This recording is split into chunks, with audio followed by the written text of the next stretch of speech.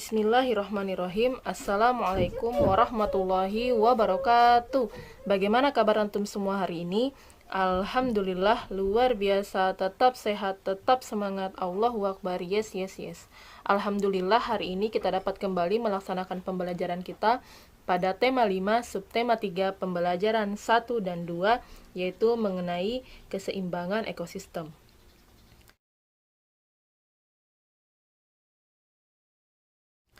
Nah, ananda-ananda sekalian, sebagaimana yang kita ketahui bersama bahwasanya makhluk hidup itu akan saling berinteraksi dan kemudian saling membutuhkan antara yang satu dengan yang lainnya.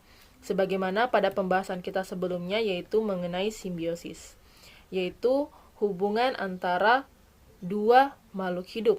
Ya, jadi simbiosis ini dibagi menjadi 3. Pembahasan ini sudah dibahas kemarin ya, pembahasan sebelumnya, yaitu simbiosis mutualisme, komensalisme, dan juga parasitisme. Di mana pada simbiosis mutualisme, maka terjadi hubungan antara dua makhluk hidup yang saling menguntungkan. Contohnya adalah hubungan antara burung jalak dan kerbau, di mana kerbau mendapatkan keuntungan karena kutunya berkurang, sedangkan burung jalak mendapatkan makanan. Berikutnya yaitu simbiosis komensalisme, di mana simbiosis komensalisme ini adalah hubungan antara dua makhluk hidup. Dalam hal ini, makhluk hidup yang satu mendapatkan keuntungan, sedangkan makhluk hidup yang lainnya tidak dirugikan. Contohnya yaitu hubungan antara tumbuhan anggrek dan pohon yang ditumpanginya, di mana hubungan anggrek mendapatkan keuntungan karena dapat menumpang hidup pada pohon, dan selama menumpang tersebut, anggrek tidak merugikan pohon. Adapun yang berikutnya yaitu simbiosis parasitisme, di mana pada simbiosis parasitisme terdapat hubungan antara dua makhluk hidup. Dalam hal ini, makhluk hidup yang satu mendapatkan keuntungan, sedangkan makhluk hidup yang lainnya mendapatkan kerugian. Contohnya adalah hubungan antara pohon mangga dan tumbuhan benalu, di mana benalu dapat hidup subur karena menghisap zat makanan dari pohon mangga yang ditumpanginya, sehingga pohon mangga lama-kelamaan akan menjadi kurus dan lambat laun bisa mati. Sementara tumbuhan benalu tetap subur. Semua makhluk hidup itu memerlukan makhluk hidup lain untuk mempertahankan hidupnya. Makanan dan sumber energi lain menjadi salah satu faktor penting terjadinya saling kebergantungan antar makhluk hidup. Bentuk kebergantungan antar makhluk hidup diperlihatkan dalam sebuah rantai makanan dan jaring-jaring makanan. Nah, apakah antum masih ingat tentang rantai makanan? Apa itu rantai makanan? Ya, jadi rantai makanan adalah hubungan yang khas antar sekelompok produsen dan konsumen. Konsumen memakan produsen, produsen melepas energi kepada konsumen. Konsumen itu lalu menjadi mangsa konsumen yang lain. Mangsa adalah semua hewan yang diburu untuk dimakan oleh hewan lain. Dengan demikian, mangsa akan melepas energi kepada pemangsa. Pemangsa atau predator adalah konsumen yang berburu makanan. Jadi energi dialirkan dari produsen kepada konsumen di dalam rantai makanan. Nah, jadi berdasarkan gambar yang antum dapat lihat di layar, maka yang menjadi produsennya di situ adalah yang menjadi produsennya adalah rumput, ya, adalah rumput, atau kalau pembahasan sebelumnya adalah tanaman padi, ya.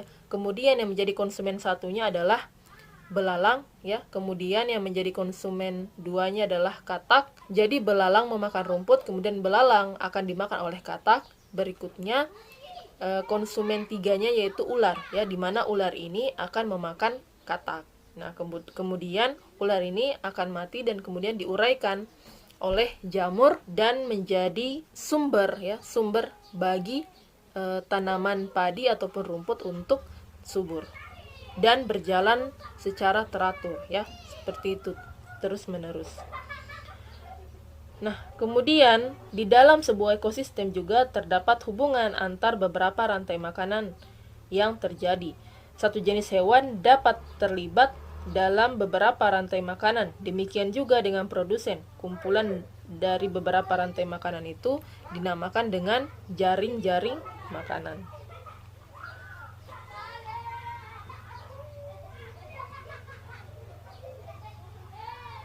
Ya, di dalam jaring-jaring makanan, jumlah hewan yang terlibat semakin banyak dan energi yang mengalir juga akan semakin kompleks.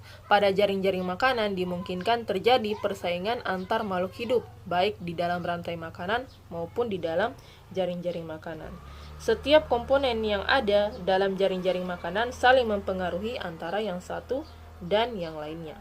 Dan rantai makanan maupun jaring-jaring makanan ini dia bisa berubah dari waktu ke waktu, ya, tergantung bagaimana dipengaruhi oleh alam, ya, secara alamiah, ataupun juga dapat berubah karena aktivitas-aktivitas manusia. Nah, berikutnya, apakah antum pernah menyaksikan, ya, aktivitas sebagaimana yang ditampilkan pada gambar tersebut? Nah, tahukah antum akibat apa yang dapat ditimbulkan dari kegiatan tersebut terhadap hewan-hewan dan tumbuhan yang ada di ekosistem tersebut? Bagaimana akibatnya terhadap rantai makanan dan jaring-jaring makanan yang ada pada ekosistem tersebut? Dan kemudian bagaimana kegiatan tersebut juga akan mempengaruhi kehidupan masyarakat. Nah, baik, untuk menjawab pertanyaan ini, mari kita baca bacaan berikut ini. Perubahan dalam jaring-jaring makanan. Alam senantiasa berubah. Setiap makhluk hidup di alam juga akan berubah. Perubahan pada satu bagian dari sebuah jaring-jaring makanan akan mengubah bagian yang lain. Pada musim hujan, ketika tumbuhan tumbuh subur, tanaman padi pun juga akan tumbuh dengan subur. Meningkatnya jumlah tanaman padi pada ekosistem sawah akan meningkatkan jumlah hewan atau konsumen yang memakan padi, misalnya tikus sawah. Peningkatan jumlah tikus sawah akan meningkatkan jumlah salah satu hewan pemangsanya, yaitu ular sawah. Ular sawah adalah mangsa dari hewan lain, misalnya burung elang. Oleh karena itu, jumlah populasi burung elang pada ekosistem sawah tersebut akan meningkat dan demikian seterusnya. Rantai makanan sebagai bagian jaring-jaring makanan pada sebuah ekosistem tidak akan terputus selama semua bagian dari rantai tersebut tetap berperan. Rantai makanan di sawah akan terus terbentuk selama makhluk hidup penyusunnya ada. Jika salah satu dari penyusun rantai makanan tersebut tidak ada, karena berbagai faktor, penyusun rantai makanan lain akan terganggu. Jika tidak ada padi, tentu tikus sawah akan kelaparan. Ular sawah pun demikian, sehingga burung elang pun kesulitan mendapatkan makanan. Rantai makanan itu akan terganggu dan merugikan apabila ular sawah yang seharusnya memangsa tikus sawah ternyata memangsa hewan lain, misalnya anak ayam yang dipelihara oleh manusia. Nah, berikutnya, jika salah satu rantai makanan terganggu, jaring-jaring makanan pun akan terganggu. Perubahan-perubahan yang bersifat alami dan menjadi bagian dari daur kehidupan di dalam ekosistem tidak akan memberikan gangguan yang berarti. Hal itu disebabkan perubahan-perubahan tersebut berlangsung lambat. Perubahan yang tiba-tiba, bahkan yang memberi dampak kerusakan cukup besar, akan mengganggu jaring-jaring makanan. Bencana alam, pencemaran lingkungan, kebakaran, atau bahkan pemanasan global biasanya akan mengakibatkan terganggunya jaring-jaring makanan. Di antara perubahan-perubahan tersebut, pencemaran lingkungan dan pemanasan global memberi dampak yang besar terhadap perubahan jaring-jaring makanan. Nah, jadi pertanyaannya tadi sudah bisa terjawab, ya, bahwasanya jaring-jaring makanan ataupun rantai makanan itu bisa saja mengalami perubahan, ya, dan kemudian diakibatkan oleh beberapa faktor, ya, bisa dari alam ataupun juga bisa dari aktivitas manusia.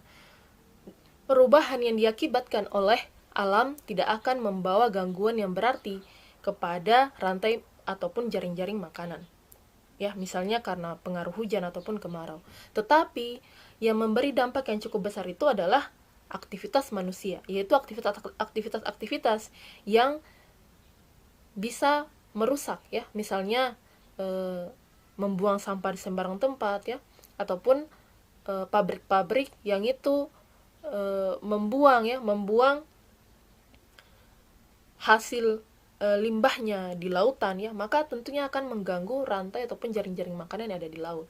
Kemudian sampah-sampah yang dibuang sembarangan, ya, maka tentunya akan merusak jaringan, ya, jaring-jaring makanan ataupun rantai-rantai makanan yang ada di daratan, ya. Begitu pula juga dengan penebangan pohon yang sangat besar-besaran, kemudian pembakaran hutan yang disengaja untuk membangun lahan, ya, maka tentunya akan memberikan kerusakan kepada rantai-rantai makanan dan jaring-jaring makanan, dan tentunya akan membawa kerugian kepada alam ataupun juga kepada manusia itu sendiri.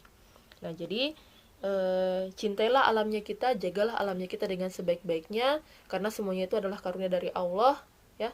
Jadi kita jaga dengan sebaik-baiknya, karena Allah menciptakan kita manusia itu adalah fungsinya sebagai khalifah ya, sebagai pemimpin di muka bumi, yang itu kita diberikan tugas untuk menjaga alam ini ya, agar tetap lestari ya, sehingga manusia-manusia ya yang lahir setelah kita itu bisa merasakan juga bagaimana kenikmatan karunia ciptaan Allah ini.